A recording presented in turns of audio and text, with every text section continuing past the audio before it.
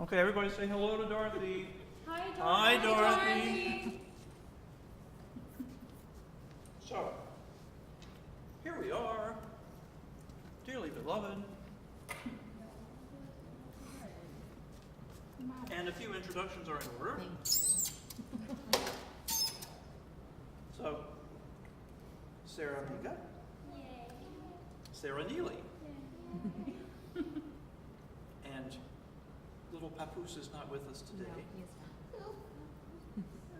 not. Okay, He might be on Friday. Oh, cute. we'll see how it goes, yeah. Yeah, we'll see. We'll see. Okay, so, take out the syllabus thing, because since there's a lot of stuff, I thought today we would primarily be going over the stuff.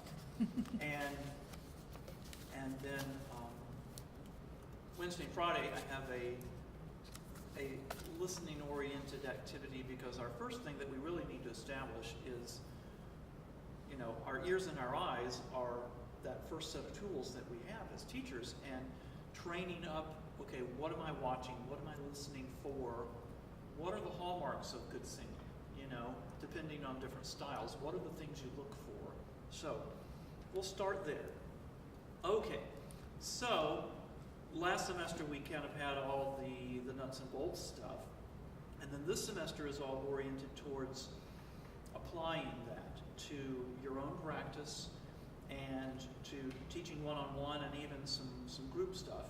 We want to save most of the group stuff because we have a special class for that, but there are readings which are all on Blackboard. I need to go into Blackboard and reorganize it, because right now it's kind of a jumbled mess, but I'll get it in the right order so that it makes more sense. There are a number of articles by me, not like, you know, trying to put myself on a pedestal, just they cover ideas that I wanted to talk about, and I thought, well, why not use them? So, there they are. Then there's some books which are going to be over in the library on reserve, so that you didn't have to buy them. Because in the past, people for this class have bought the Blade Zeller book, have bought the Darsher book, and have bought the Miller book. And I thought, well, we don't use them that much, and so I kind of reorganized the class around just having them on reserve as references. So, we'll have assigned readings that are on the day-to-day schedule. There are observations, only 6 this semester, not 8, okay? You can observe any of the teachers here. If you want to go to Texas State, if you want to go to SAC, if you want to go to Incarnate Word and watch somebody, as long as it's cool with them, it's cool with me. As much as possible, I mean, we have those online things that I gave you guys last semester, and I need to get to you. There are lessons that are on YouTube and things like that. But really want to not use those if we can. It's good to see live teaching. So, then at the end of the semester, I want you to go in and extract exercises and what they were used for, and you know, you make a notebook of them. So you will have then a resource to draw on for the future.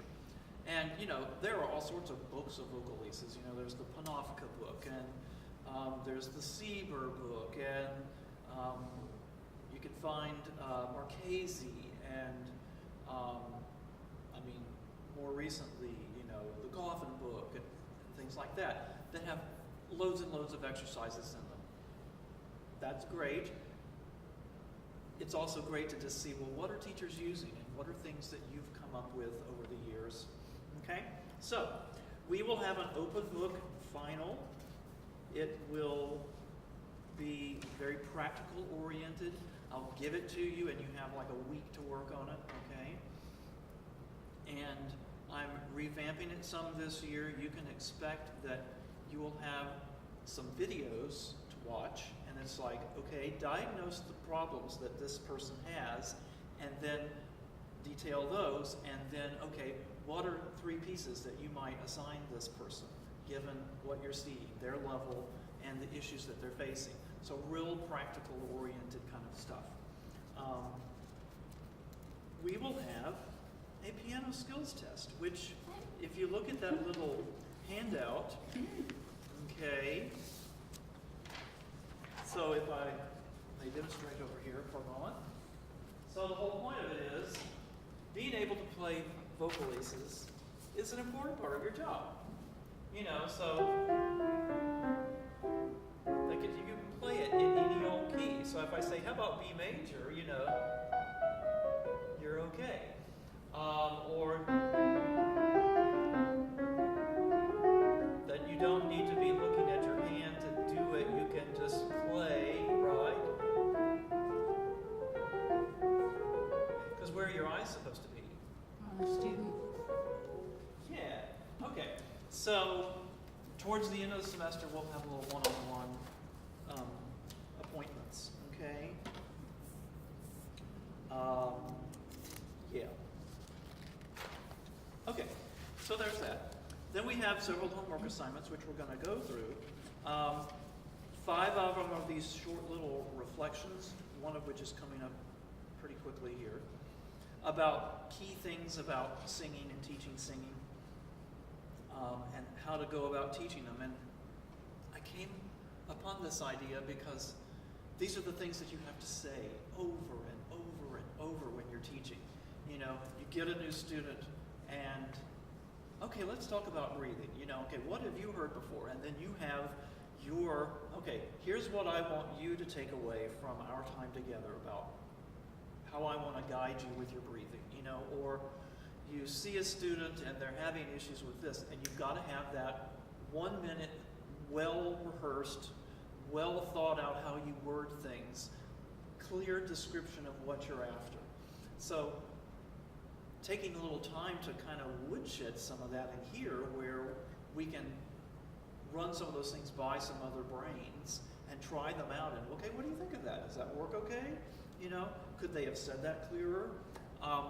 So body alignment, teaching breathing, teaching phonation, teaching optimal resonance, and teaching articulation. I mean, those are the big 5 of singing teaching, you know, as far as the nuts and bolts, you know, and then later in the semester we'll talk about like coaching rep as well. Then we will have a little assignment about vocal leases where I will give you some, and your job is to tear it apart. Okay, what is this working on? What's going on muscularly? What's going on articulation-wise? What kind of a voice type would I give this to? What range would I use it in?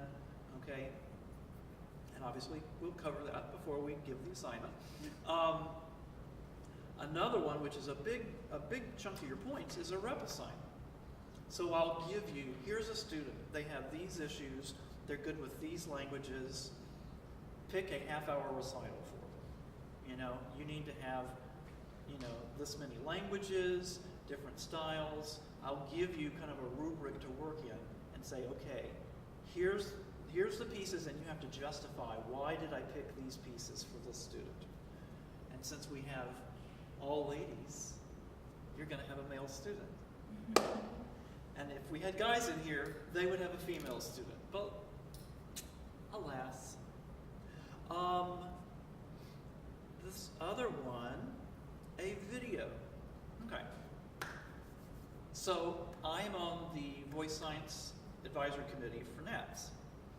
And one of the big things that we have is it's a website, and it's Vocopedia, and it has videos and articles and things. I mean, it's like a wiki for voice, okay, for singing. And so we need more content. That's one of the things as a committee member I'm charged with. And I thought, well, why not? Let's make that a class project, you know? And so I want each one of you to find a topic. So you're going to have to get on that Wikipedia and see what's there and what's not there. And I'm having the undergraduates do the same thing. And they're going to feed us more ideas of possible ideas to do things. Then you're going to research the topic, script it, and do the video, and we'll record them all, and you'll present your videos, and then they'll be sent off to be vetted by someone other than me, and hey, you might have a video on Wikipedia by, this summer. How about that? So that'll be a lot of fun, I think. In the past, I've done a poster project, but I thought, well, let's do something more hip than that. So, and it helps add content. It could be. I was, thinking some of the things we did lab-wise. Okay, how do you do a voice range profile? How do you measure form and frequencies? How do you do that? A how-to video, or it could be another topic. So I want you guys to get on the Wikipedia and kind of dig through, okay, what's here, what's not? Oh, that's really interesting. Something like that might be kind of good. Okay.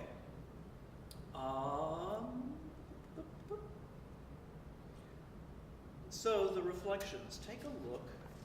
There's a page that I gave you, pedagogical reflection, in big block letters.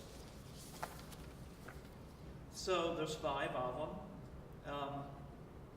One page, it can be, kind of an outline thing with, bulleted points and things, or it could be prose, that's fine.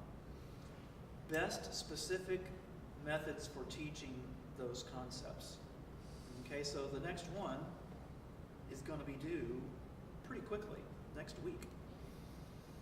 And teaching body alignment. And so you'll bring it in, and in addition to turning it in to me, we're going to go through them. We'll try this out, I might not have everybody every time, but get up and, okay, here are my ideas, and we'll have somebody act as the guinea pig, and then you work with them. So really hands-on. So there's 5 of those. As I say, draw on your own experience, things that you're observing in lessons, some of the texts that are going to be on reserve in the library. They have some great ideas. The Betsy Blade Zeller book, she went around and first of all, she sent out a survey to all the members of NATS at the time. And she asked for people to list who are the most outstanding voice teachers in the United States, okay?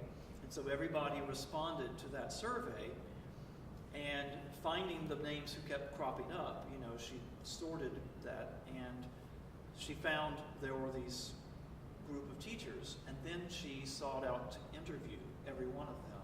She used the same questions, and so the book is a compilation. She has the question, and then here's how Richard Miller responded. Here's how Lindsay Christensen responded. Here's how Barbara Hahn responded.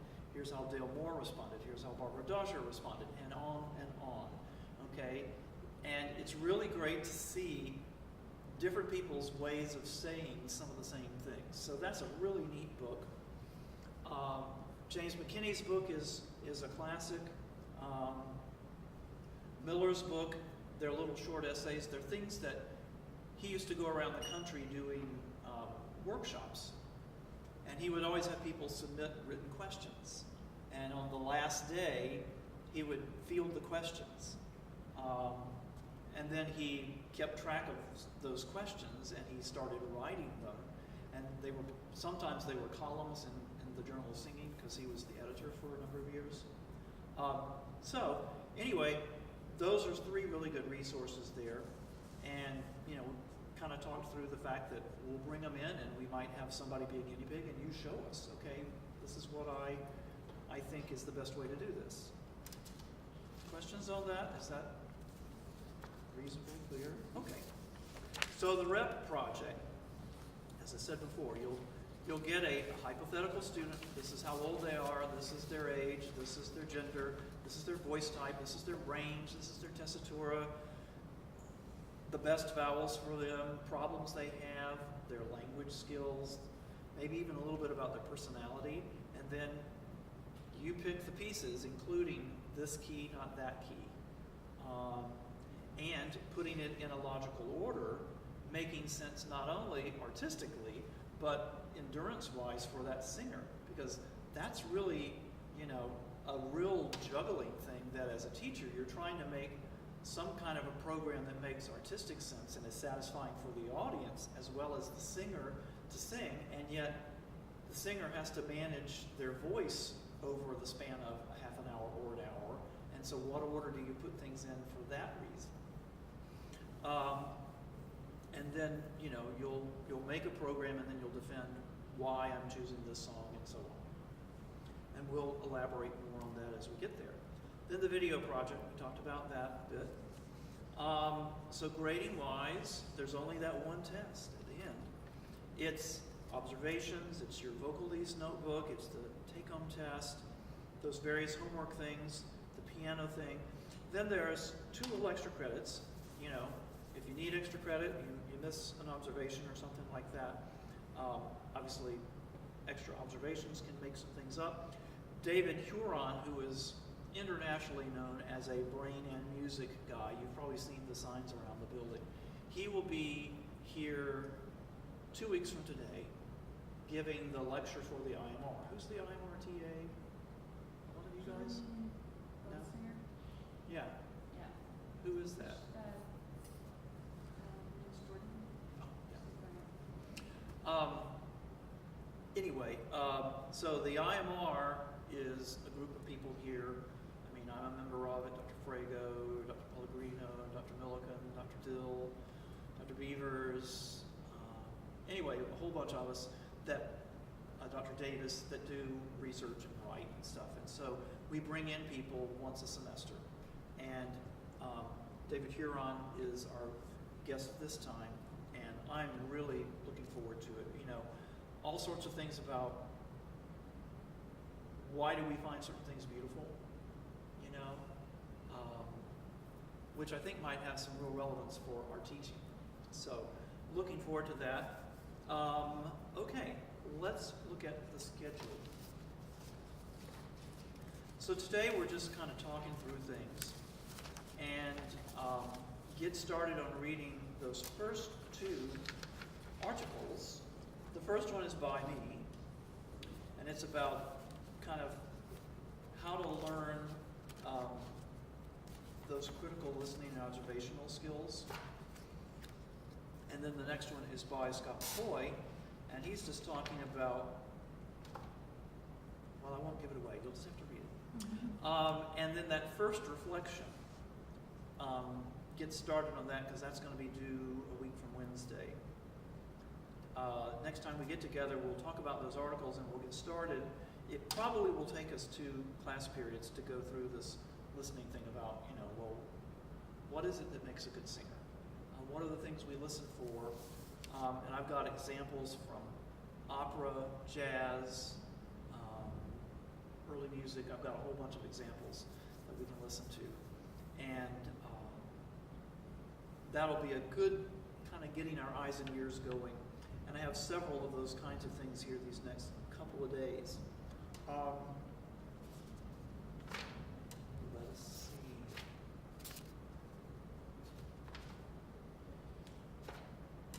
So, talking about the thing for the Vocopedia website. In terms of, you know, first you have to find a topic, and you might look there in the schedule of events for the class so that it's not some ginormous, massive thing. That I built in some times where I want you to get started with the Vocopedia search. So, you know, by Friday the 20th, you'll bring in all your results of that. And then the next Friday, you've already picked your, so by the end of this month, you should have this is the topic I'm going to make my video on. And then at the end of February, you'll have your script. And so what I want to do is, like, you draft your script, and you can send me little bits of it and stuff to, what does this look like, do you think, you know? And then you'll kind of get in your draft by the 20th of February, and I'll maybe mark it up a little bit and get it back to you. And then looking on down, let's see, our videos are due April the 5th. Okay, and I have some catch-up days also written in to the schedule so that, because oftentimes we get a little behind, we want to talk more about something. And so I built in a little flexibility there with the schedule, and also more time to, I know several of you guys are doing some teaching, time for, hey, we have a couple minutes here. Somebody got a question about a student, and that will be a nice jumping off point for some additional discussion, as well as times for, okay, I've been working on my video, and this sounds really dorky when I hear myself reading it, you know. So we'll have more time like that. Okay. Yabba dabba dabba. I have some other notes for myself here. Okay. Take just a moment, and if you've got a little scratch piece of paper there, those of you who are in the other class in the fall, I had you guys on the first day, your burning questions about your voice. So now I want your burning questions about teaching voice. Okay? So, things you've always sat there and gone, well, why aren't they, or how do you, okay? So just take a couple minutes and jot just 2 or 3 or 4 things down. No pressure. And if you want banana chips, have banana chips. Thank you. Very good.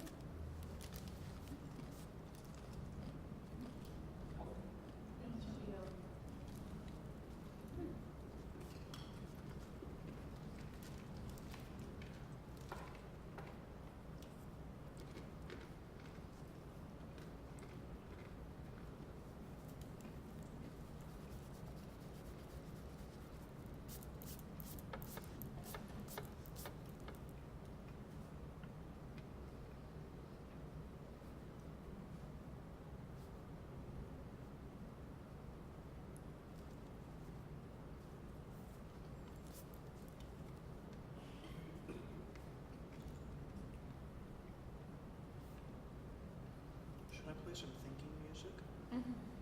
Thinking music, okay.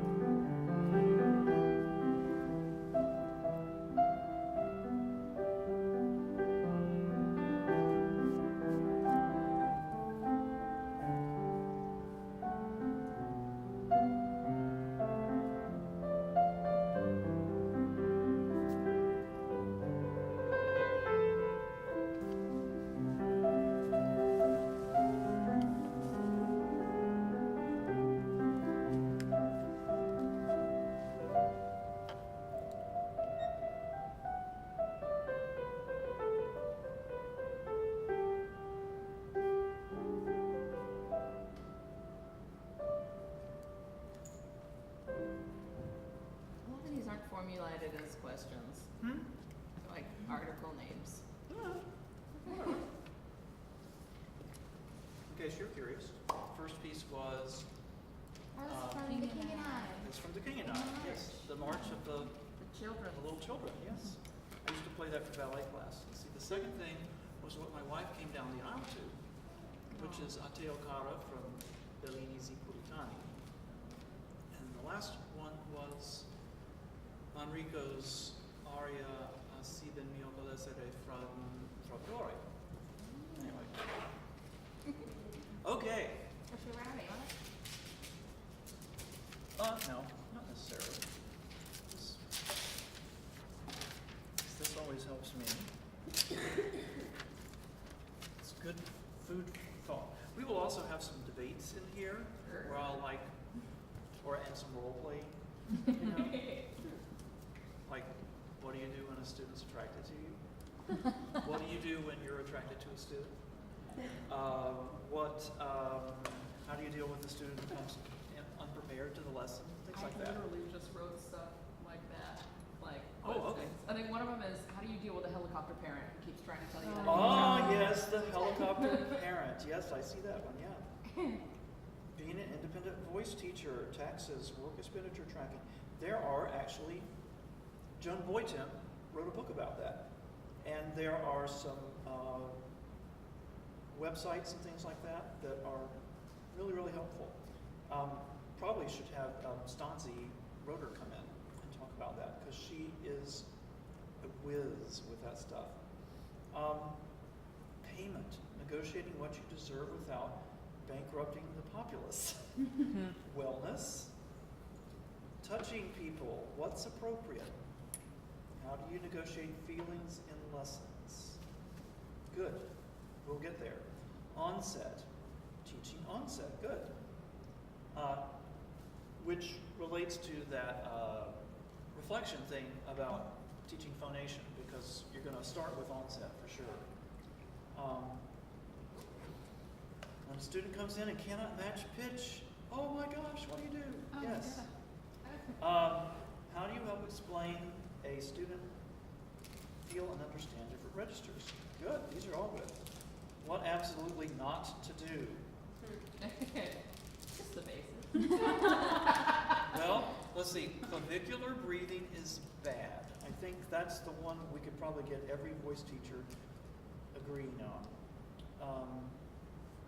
Should you avoid talking about specific muscular stuff with younger students? How do you treat very mature voices? People who are more advanced than your average bear at that age, yeah. What do I need to know about how to approach male voices? How much do I charge? How do I avoid projecting my issues onto my students? That's a really good one. How do you help a singer achieve clarity? Breathiness. Why do some people have very fast vibrato, others have very wide vibrato? How do you fix it? Well, you asked the right guy, because that's my thing. Vibrato has been my big research area lately. How do you help a student keep their larynx relaxed when singing higher? Especially males, right? If you teach high school boys, you see that happen an awful lot. And I've taught a bunch of them, especially the guys who have the long neck and stuff. You know, it's like, follow the bouncing ball. So yeah, there's some things you can definitely do there. In fact, I have a day set aside in here. It is March the 6th, the trouble with boys. Because there are a bunch of issues that a lot of young guys have. And, you know, and another really fun topic to discuss is the peeper and the pusher. You know, you have the person who is hyper-functional, just always, you know, just, okay, good, you're singing out. You can do just kind of chill. And the person who you're like, okay, make them run up a flight of stairs so they will get energized, you know. I have actually done that. So yeah, you're going to have big extremes like that. You're going to have the, what do I do with this guy? Oh my gosh. what do I do with this person who, my gosh, I would kill to have this natural instrument that they have, you know? As Dr. Allen said one time about a girl who was in school here, Valerie Cerna, you know, you would give body parts to be able to just open your mouth and that comes out at 18, you know? Yeah. So, good. These are really good. I'll kind of collate them and share them. And then when we're having one of those days where we've kind of covered what I had planned, then we can, hey, let's pick one of those probing questions and go for it. Because I love that. You know, this is a teaching seminar, so I have topics and material, but at the same time, it's really about building a cohort of people who are going to hopefully be some of your supportive team that you can call on 5 years from now. You know, it's like, dang, I got this student, and you would not believe, and I need some help. You know, because I mean, I have people I went to grad school with, especially Rob Best up at Baylor, and I mean, we will email each other like, I got this guy I need to talk to you about, you know, or do you know of a piece that would really go well for blah, blah, blah, blah, blah, you know, and we share ideas, you know, so it's important to build that network here and now. Okay, any questions about what we're going to do this semester? Sound like fun? Always going to meet here? We're always going to meet here. Nothing in my office. You are welcome to bring snacks, please, because, you know, middle of the afternoon, it's that time, and we will keep Sarah up and on her feet because you may be dozing off if it gets quiet in here. A little bit. Yes. He's how old now? He's what? He's almost Saturday, almost he'll 3 be months. 3 months. Yeah, almost 3 months. If you want to bring him, are there any vaccinations you want us to get? No. Okay, is that a thing? Yeah. For You people can who, get like baby whooping cough. I know it's really bad this season, but the people that he's with the most have it. It's not like bringing him to class every now and then. He's not gonna be vaccinated. Well, and there are some theories about are we being overprotective and Yes. preventing people from building their own natural Yeah. immunity by always using these antiseptic gels and things like that. Because the human race survived all these millennia without any of that stuff. It makes you wonder, well, I mean, They also Joseph and I died. got the vaccine, but my family who watches him on a regular basis, none of them got the vaccine. It's just, I mean, there is the herd immunity thing, and I am a big proponent of vaccines. I think they are very important. But I do think, I wonder if we get overprotective. I've always been one, you know, I played out in the dirt as a kid, you know, and I went around barefoot in Georgia. I mean, the only time I put on shoes, if it was summertime, was to go to church. That was the only time all week I put on shoes. I would go. Hobbit feet, huh? Yeah. Oh, yeah. They were like leather, you know, all black. Yeah. My mom would look at those feet and go, where have you been? "You need to go in the backyard and hose those off before you come in the house." But yeah. Anyway, that's a whole digression. But I really want this to be fun, and I want it to be, you know, how many of you guys are teaching already? Did you pick up any people? Okay. Well, you know, we do have music studios here in town that, yeah. Randy teaches at SAMA. Rachel Higgs teaches at Maxa. My wife teaches at Maxa. Or, you know, talk, if you've got a church job, you know, say, I'll offer discounted lessons to anybody in the choir, if I could have a place to teach a few other people, you know, something like that. Usually, you can work those things out. You can't really be teaching in the practice rooms here. That's not cool. Unless it's for a class, you can't be teaching in the practice rooms here because the students need to have priority. Plus, you're making money on state property. I mean, we're not allowed to teach in our own offices people who are not taking a lesson. We can do trial lessons, but we can't teach in our offices. So if we can't, you can't. I guess is the thing. And Dr. Frago does occasionally come around, just checking what's going on in the practice rooms. So anyway, well, I'm looking forward to this, and go ahead and get going on reading those first 2 articles, and start thinking about how you might answer that first reflection thing, okay, about body alignment. And because we'll try it, we'll get everybody up, okay, talk us through it, you know, and then, well, what do you think? It's really a nice kind of game of Simon Says, and it makes you think about your language. It's like, oh, wait, no, I didn't mean that. Okay, what did you mean? Let's find a better way to say it. So, all right, adios, amigos.